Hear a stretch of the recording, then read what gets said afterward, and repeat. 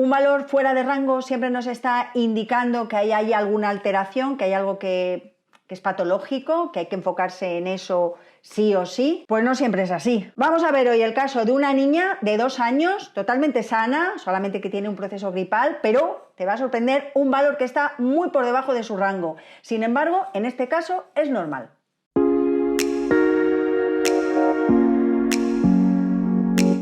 Bueno, vamos a ver qué tenemos aquí y qué conclusiones podemos sacar después. Lo primero que nos llama la atención de este cuadro es un valor, imagino que lo verás, que es el patrón de frecuencia resonante, ¿no?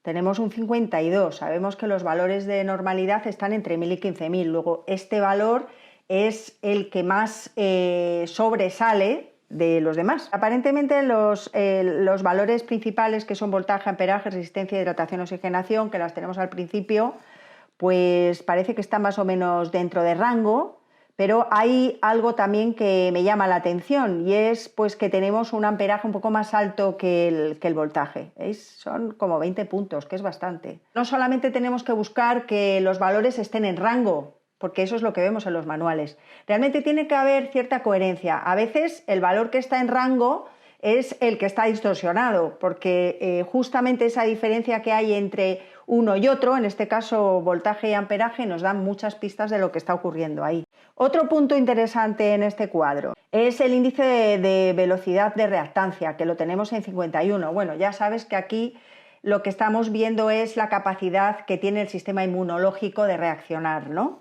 Y como ves, está por encima de lo normal, porque vemos que un valor de hiporreactividad estaría en 19, por debajo de 19. Tenemos 51 que está por encima del rango moderado, ¿no? Luego aquí algo parece que debe estar ocurriendo. El resto de valores están dentro de lo normal, porque tenemos una vitalidad celular de 7, tenemos un bioterreno bastante equilibrado y luego el ángulo de fase y la respuesta de fase y la impedancia están bien dentro de rango. Bueno, este 52 que aparece aquí en el patrón de frecuencia resonante, que es aparentemente el valor más distorsionado, curiosamente es normal en esta persona que estamos viendo, que es una niña de 2 años. Los niños a partir más o menos de 2 años, hasta los 2 años, bueno, no es algo fijo, ¿no? 2 años, pueden ser 2 años y algunos meses, algunos hasta 3 años, otros un poco menos. Suelen tener un patrón de frecuencia resonante con un valor muy bajo, por debajo de lo normal. Como ya sabes, este valor lo que nos está indicando realmente es la capacidad que tiene de manejar el estrés, las situaciones estresantes. Y es un valor que refleja el estado del sistema neurológico y el estado del sistema endocrino, o sea, neuroendocrino. Los niños a esa edad pues están todavía desarrollando la capacidad de integrar el hemisferio derecho con el hemisferio izquierdo y eso hace que ellos estén viviendo la realidad de una manera diferente, sin tanto estrés. A lo mejor pueden tener un estrés en un momento puntual, pero luego a ellos se les olvida y siguen su vida normal, saltando y riéndose como si no pasara nada, ¿no? El Bar Hoppe, dentro de que hemos estudiado mucho, por lo menos yo he estudiado muchísimo la lectura del Bar Hoppe, me he dedicado muchísimo a eso porque me parece algo no solamente importante, sino es que me atrae muchísimo. Sí he visto que este valor en los niños se repite, con lo cual un valor bajo en el patrón de frecuencia resonante en los niños menores de 2 años, 3 años es totalmente normal. Luego te sorprendes porque a partir de esa edad un día vuelves a verlos y ese valor ha subido a un valor de normalidad de 9000, por ejemplo, ¿no? Bueno, entonces, este valor que parece que nos está indicando un trastorno, resulta que es normal. Luego, vamos a dirigirnos a los otros valores que vemos alterados, ¿no? Estábamos viendo primero este 51 aquí en el índice de velocidad de reactancia. Bueno, en este caso, esta niña ahora mismo está con un proceso vírico, con algo de fiebre y tal, con lo cual encaja perfectamente, en este caso, con la situación que ella está viviendo en este momento. Y además también nos encaja el voltaje y el amperaje, porque imagino, claro, aquí estoy suponiendo con la lectura.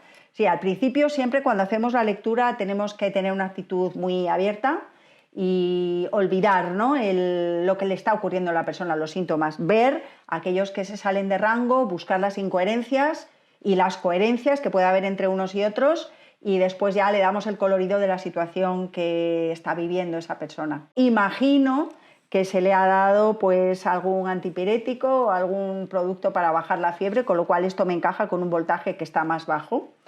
Y el amperaje también puede encajar con ese proceso de fiebre, ¿no? que sube ahora.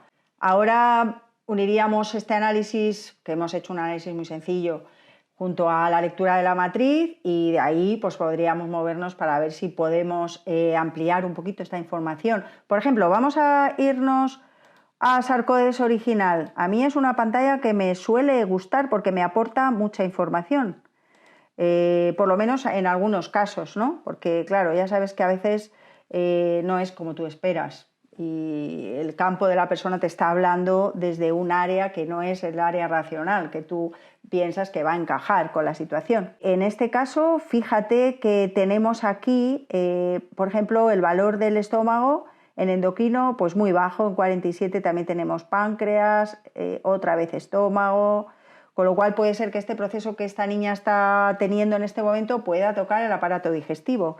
Y luego, como ves, cerebro también tiene unos valores muy bajos, que eso suele ser bastante normal en este caso. Con este cuadro que tenemos, lo que yo haría o la forma en la que yo tendría de enfocarlo sería, desde luego, no prestaría atención a ese valor, a ese patrón de frecuencia resonante, porque para mí es normal. Entonces me centraría en trabajar el sistema inmunológico, me centraría en trabajar un poco las suprarrenales y hacer observar la matriz principal y ver qué otros puntos podrían aparecer ahí, y con esto daría zanjado el tema. Con una terapia sería más que suficiente. Esto es lo que yo veo más o menos en esta lectura y lo que yo haría, y a lo mejor tú ves algo diferente o algo que aportar a esto, o incluso tienes te da otra idea totalmente diferente a la que yo te estoy mostrando, y me interesaría mucho conocerla. Déjamela en los comentarios. Nos vemos en otro vídeo.